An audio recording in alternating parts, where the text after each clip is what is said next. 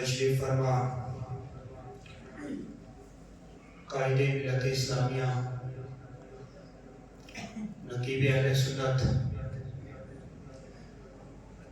اور بزرگان دین، پیران اعظام، اساتذہ کرام، طالبان علوم نبویہ، بزرگوں، نوجوان ساتھیوں، عزیز بچوں، السلام علیکم ورحمۃ اللہ وبرکاتہ۔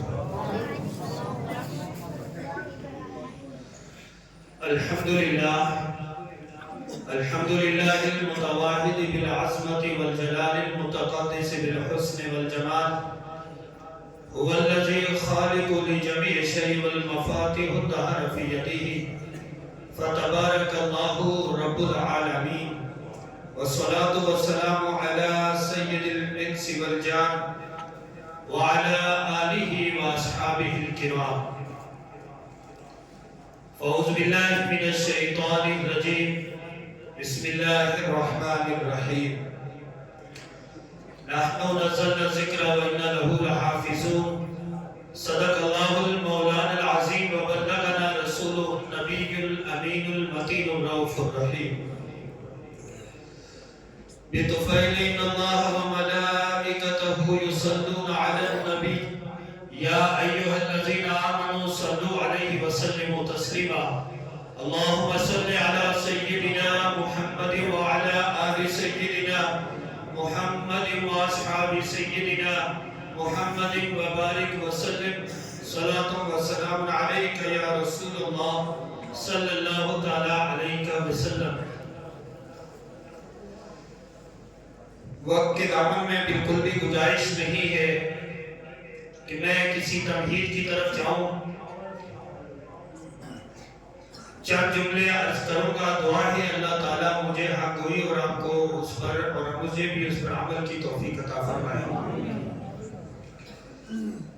ابھی میں نے اور آپ نے درود پاک پڑھا، اور یہ شعبان المعظم کا مہینہ ہے جو رسول اللہ صلی اللہ علیہ وسلم کا مہینہ ہے۔ حضرت عائشہ رضی اللہ تعالی عنہ ارشاد فرماتی ہیں کہ رسول اللہ صلی اللہ علیہ وسلم سب سے زیادہ ماہ شعبان میں روزے رکھا کرتے رمضان کے بعد، اور شعبان المعظم میں عام مومنین کے لیے جو عمل سب سے زیادہ ضروری ہے وہ کثرت کے ساتھ درود پاک پڑھنا ہے۔ بے شک اللہ اور اس کے فرشتے درود بھیجتے ہیں نبی اکرم صلی اللہ علیہ وسلم پر۔ اے ایمان والو، تم بھی کثرت سے درود و سلام پیش کیا کرو۔ اللہ کا درود بھیجنا کیا ہے؟ میں اور آپ درود پڑھتے ہیں اللہم صلی علی محمد، اے اللہ تو رحمت نازل فرما محمد صلی اللہ علیہ وسلم پر۔ مگر ہمارا کلام بھی حدیث ہے، ہم بھی حادث، اور پھر یہ کہ ہم نزول رحمت کی التجا اللہ کی بارگاہ میں کرتے ہیں۔ تو اللہ کا درود بھیجنا اس معنی میں نہیں ہے کہ وہ درود پڑھتا ہے۔ اللہ درود پڑھتا نہیں، بلکہ اس میں جو سب سے عمدہ بات شیخ عبد القادر جیلانی رضی اللہ تعالیٰ عنہ نے ارشاد فرمائی، فرماتے اللہ کا درود ہے اتصال رحمت، اس کی رحمت ہم وقت رسول اللہ سے ملی رہتی ہے۔ اللہ کا درود اتصال رحمت ہے، یعنی رب کی رحمتیں ہم وقت رسول سے ملی رہتی ہیں۔ تو اب جو امت درود پڑھے تو فائدہ کیا ہے؟ فرمایا رب کی رحمتوں کا اتصال رسول اللہ سے ہے، اور جب امت درود پڑھے گی تو امت کا اتصال بھی رسول سے ہوگا۔ تو وہ رحمت خدا جو رب ذوالجلال کی طرف سے محبوب پر نازل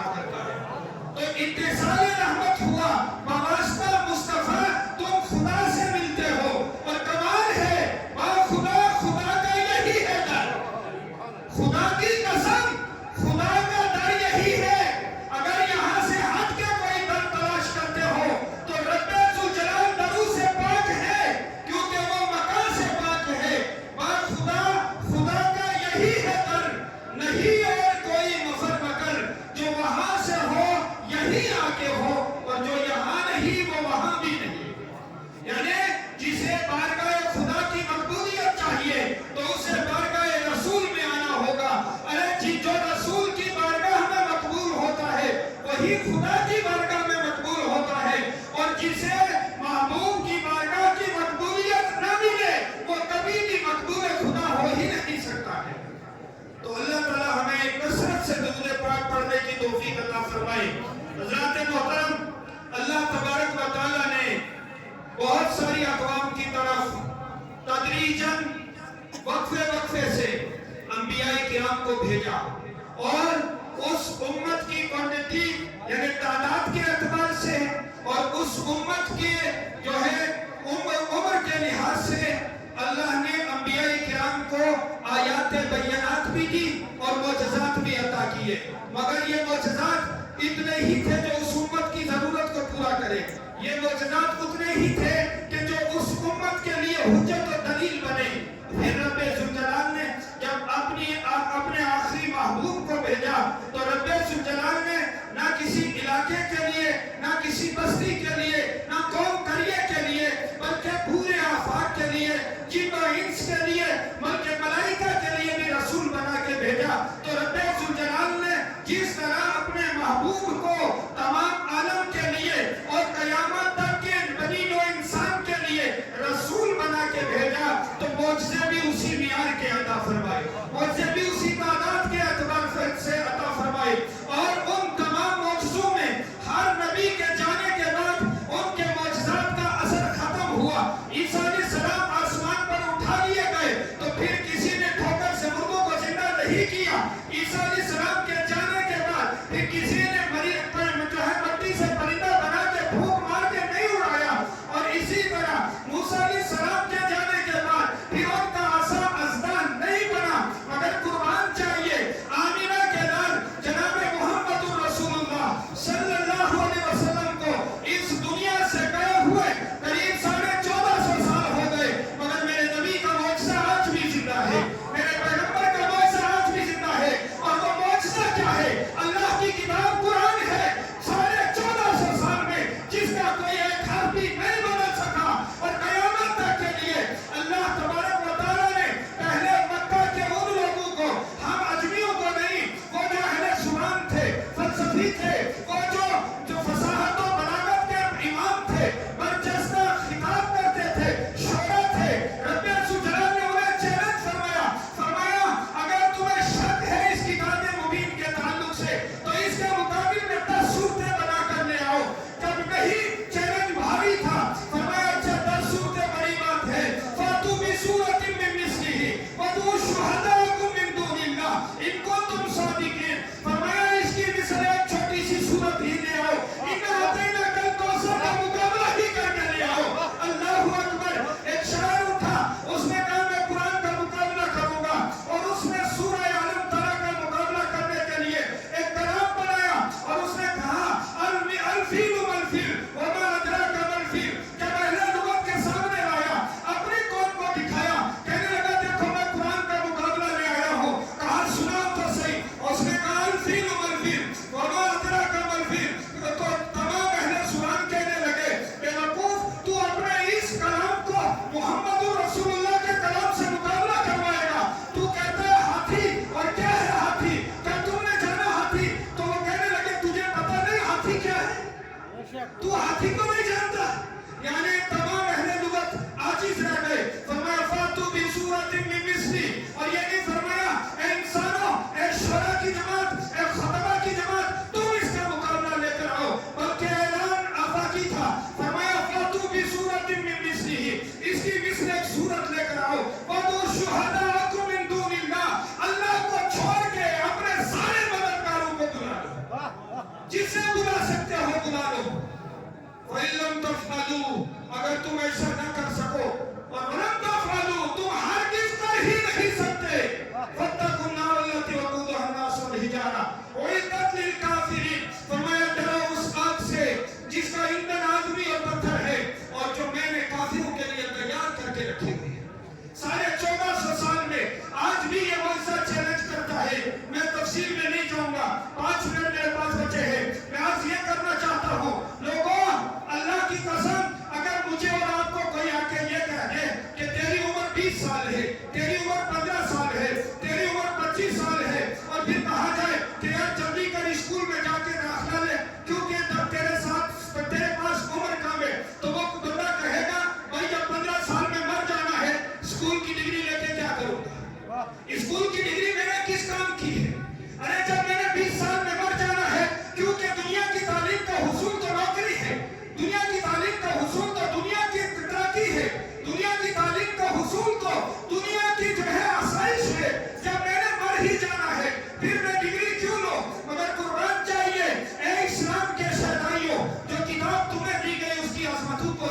कीजिए।